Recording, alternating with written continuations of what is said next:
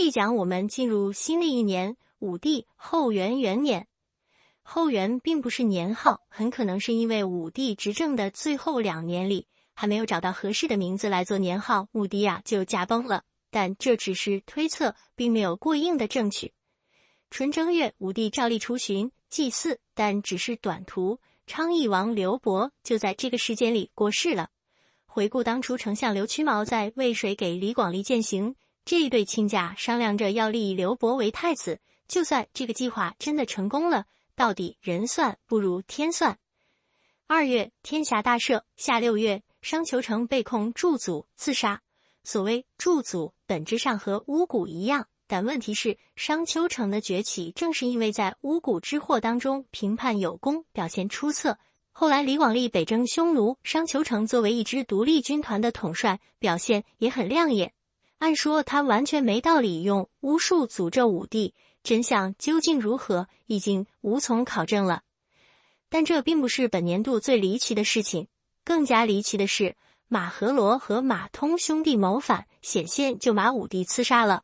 马和罗当时任职侍中仆射，前面讲过，做侍中的都是皇帝最亲信的人，而侍中仆射顾名思义就是侍中的总管。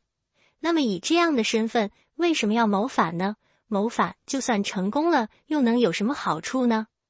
至于马通，前文已经出掌过了，他是镇压巫蛊之祸的功臣，因功封侯，也没有谋反的道理。历朝历代谋反的要么是皇亲，要么是权臣，他们只要害死皇帝，自己就可以取而代之。但是在马和罗兄弟身上完全不存在这种可能性。史料记载偏偏绘声绘色，充满细节。总之，两兄弟密谋行刺，幸亏金密堤警觉，在千钧一发之际拦腰抱住了马和罗，不然的话，只要稍慢一步，马和罗就能行刺得手了。坏人被抓到了，威胁被消除了，案犯先受审后被杀。但是审理结果到底是什么？马氏兄弟到底为什么谋反？成功刺杀武帝之后又留着什么后手？准备推举谁来当皇帝？种种疑点一概没有答案。作为历史疑案，我们只能信者存信，疑者存疑。在《汉书》的说法里，马和罗原本就和江充关系很近，马童又是因为在巫蛊之祸当中作战很卖力，这在立功封侯。所以当江充被族灭，太子刘据冤情大白，马氏兄弟才会担心自己注定要遭到清算，所以先下手为强，准备杀掉武帝再说。资治通鉴采录的就是这段内容，战役来谋反的动机倒是有了，但问题是刺杀行动就算成功了，马氏兄弟的下场难道会更好吗？田玉信先生有一种看法，他注意到在巫蛊之祸当中，全部立功封侯的5个人，在武帝执政的最后2-3年里，全部被杀或者被逼自杀。他们之死实际上既有不同的罪名，但集中起来看一看，就知道都是出于为太子昭雪、为转变政策、扫清道路的需要。但话要两说，5大功臣被杀了个光，这是一桩事实。事实背后的原因却只是推测。巫蛊之祸并没有被平反，以这几个人的政治力量，貌似也并不足以影响朝廷政策。但我们永远等不到水落石出的那一天了。毕竟像巫蛊之祸这种发生在权力中心的很有丑闻性质的大案，不知道有多少真相都被小心翼翼地掩盖了起来，后人只能看到一个模糊的轮廓而已。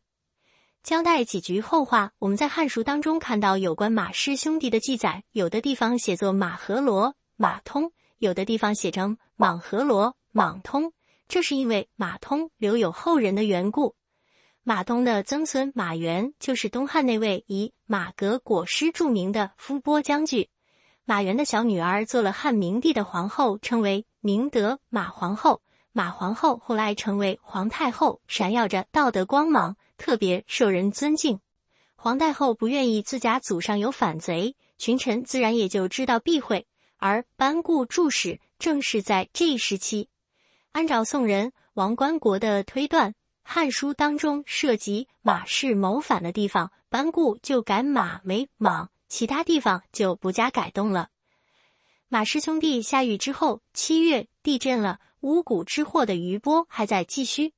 武帝一共有6个儿子，老大就是皇后妹子夫的独生子太子刘据，然后是王夫人生的齐王刘弘，李姬生的燕王刘旦和广陵王刘胥，李夫人生的昌邑王刘伯，最小的儿子就是赵婕妤生的刘弗陵，这一年刚刚6周岁。刘据一死，到底谁才有资格被立为太子？这是一道牵动无数人命运的选择题。在老六刘弗陵出生之前，武帝最宠爱的孩子应该是齐王刘弘，但刘弘不但短命，早在元丰元年就过世了，而且断子绝孙。这样一来，老三刘旦的心思开始活络了，眼看着大哥二哥都死了，就连老五昌邑王刘伯也死了，自己就应该是第一顺序继承人嘛。既然想到了这一层，那么刘旦最为合情合理的动作就应该是一动不动，等待武帝的召见。但刘旦应该是按捺不住了，做出了一个极其不明智的举动，派使者到朝廷上书，请求到皇宫当侍卫。弦外之音过于明显了，分明在说父皇现在年纪老了，身体差了，说不准哪天呀就驾崩了，不如赶紧让我回长安当太子吧，免得夜长梦多。武帝简直气炸了，当即斩杀了刘旦的信使。这段内容出自楚昭尊补写的《史记》，《史记》的记载特别形象，说武帝将刘旦的书信用力掷在地上，愤怒地说：生儿子就该把他们分封到齐国、鲁国这些礼仪之乡，我却把儿子封到了燕赵之地，他果然有了争位的心思，端倪已经显现出来了。我们明明还记得江充初次登场的时候，武帝感叹说：燕赵故多奇士。当时燕赵之地有的是奇士和美女，但文化底蕴低，不容易养出乖孩子来。后来刘旦又因为其他罪名被削去了3个县的封地，显然已经太招武帝讨厌，没机会当太子了。好，我们再来清点一下武帝诸子。刘据、刘弘、刘伯都已经死了，刘旦没了机会，刘弗陵只有6岁，剩余的唯一一个成年的儿子就是刘旦的同母兄弟广陵王刘胥了。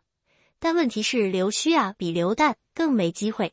刘旦虽然有野心，沉不住气，但毕竟文武兼修，而刘胥只是个力能张鼎的莽夫，无法无天就不说了，最喜欢的娱乐项目竟然是空手斗熊。这样一个人到底是没可能被立为太子的。那么太子的人选除了未成年的刘弗陵，还真就没有其他选择了。刘弗陵身体壮实，聪明伶俐，又是武帝晚年才生的孩子，所以格外受宠。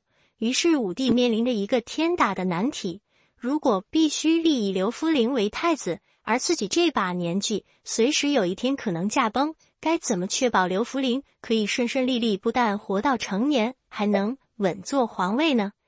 解题之道确实存在了一个尽人皆知的历史经验，那就是周武王过早的过世，周公尽心尽力辅佐年幼的周成王，后来周成王成年了，周公就把权力上交，由周成王亲政。武帝发愁的是到哪儿去找一位周公呢？看来看去啊，武帝啊相中了一个人，霍光。武帝于是找人画了一幅画赐给霍光，画面上周公背着幼小的周成王接受诸侯朝见。这到底是什么意思？已经在武帝身边小心翼翼服侍了20多年，且从来没有犯过错误的霍光，当然不可能读不懂。武帝的下一步安排就是随便找个理由处死了刘弗陵的母亲钩弋夫人。人们都已经看出来武帝啊要立刘弗陵为太子了，所以对钩弋夫人之死很不理解。武帝对身边的人解释说，以前国家之所以混乱，是因为君王年纪太小，君王的母亲却正值盛年的缘故。女人一旦掌权，就会胡作非为，淫乱放纵，没人治得住她。你们没有听说过吕后的事情吗？所以不得不预做防范啊。后元元年的大事件就结束在武帝这一番令人不寒而栗的权术心机里边。按说为求长治久安的话，如果可以驱毒洗心，防患于未然，这当然没错。但如果矫枉过正到这种地步，也过于灭绝人性，甚至骇人听闻了。尤其对于标榜儒学的汉朝来说，以后又该怎么解释孝道呢？